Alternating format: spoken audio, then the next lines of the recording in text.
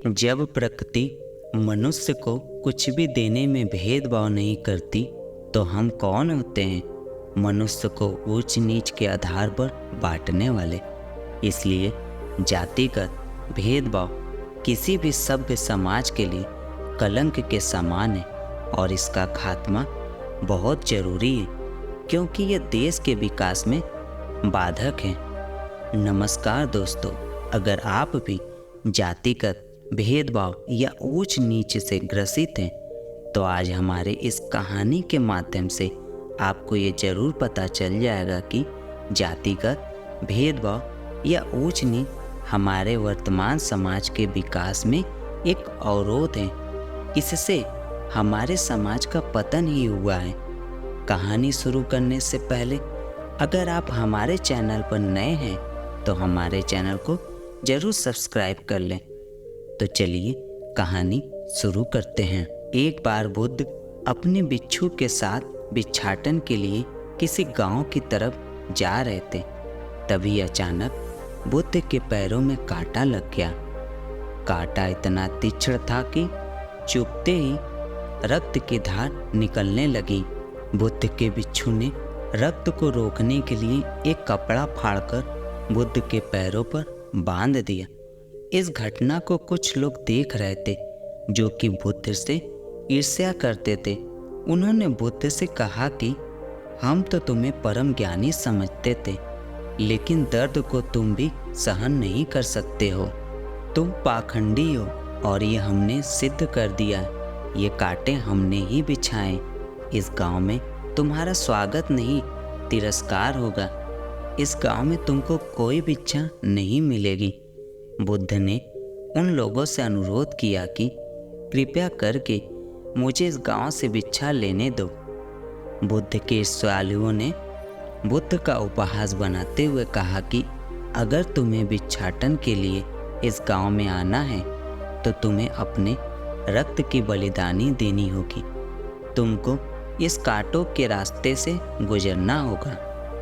भगवान बुद्ध ने उनकी चुनौती को स्वीकार कर लिया और कांटों के रास्ते पर चलने के लिए अपने कदम बढ़ाने लगे। बुद्ध मुस्कुराते हुए कांटों पर चलने लगे।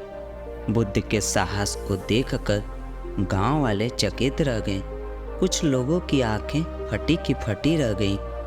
गांव वाले सोचने लगे कि बुद्ध भिक्षा के लिए दूसरे गांव भी जा सकते थे, तो फिर कांटों पर चलकर क्या साबित करना चाहते हैं। गांव वाले बुद्ध के संदेश को इतनी जल्दी नहीं समझ पाए। यहाँ पर बात भिक्षा की नहीं बल्कि जीवन को बदलने की थी। गांव वालों की भीड़ में एक सुमित नाम का युवक था जो बुद्ध पर हो रहे अत्याचार को देखकर द्रवित हो गया। सुमित दौड़कर गया और बुद्ध के पैरों के सामने से कांटे को हटाने लगा। बुद्ध के ईर्ष्यालु सुमित को रोकने लगे और गांव से दाना पानी न देने की धमकी देने लगे। सुमित ने किसी की न सुनी और कांटों को हटाते हुए बोला, हे भगवान, आप इन मुट्ठी भर लोगों के लिए अपने आप को कष्ट मत दीजिए। आप गांव में प्रवेश कीजिए। बहुत सारे लोग आपको भिक्षा देने के लिए आतुर हैं। बुद्ध ने सुमित को अपने पास बुलाया और आशीर्वाद देने लगे। सुमित पीछे हट गया। हे भगवान, आप मुझे छूकर अपने आप को अपवित्र और दूषित न करें। महात्मा बुद्ध ने कहा, तुम अपने आप को दूषित क्यों कहते हो? स्पर्श से कभी कोई भी दूषित नहीं होता है। मनुष्य तो लोभ, लालच, घृणा, ईर्ष्या से दूषित होता है। तुम्हारे अंदर तो प्रेम भरा है। तुम दूसरों का सुख चाहते हो। तुम तो पवित्र हो। बुद्ध के बोल सुनकर कुछ लोग बोले, तुम तो अपने आप को बड़े ज्ञानी कहते हो। तुमको जाति का कोई ज्ञान ही नहीं है। तुम पाखंडी हो।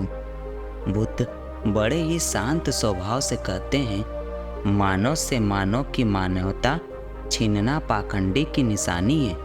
मुझे पाखंडी बोलकर यदि आपको संतोष मिलता है तो मेरे लिए दुख का कोई विषय नहीं है।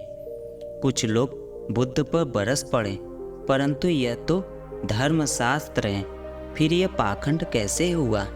बुद्ध कहते हैं, हमारी उत्पत्ति इस सृष्टि में हुई है। नदियों का पानी सभी के समान रूप से प्यास बुझाती है। खुले जंगलों की हवा भी भेदभाव नहीं करती है। खुला आसमान हमारे पिता के समान हमारी परवरिश करता है।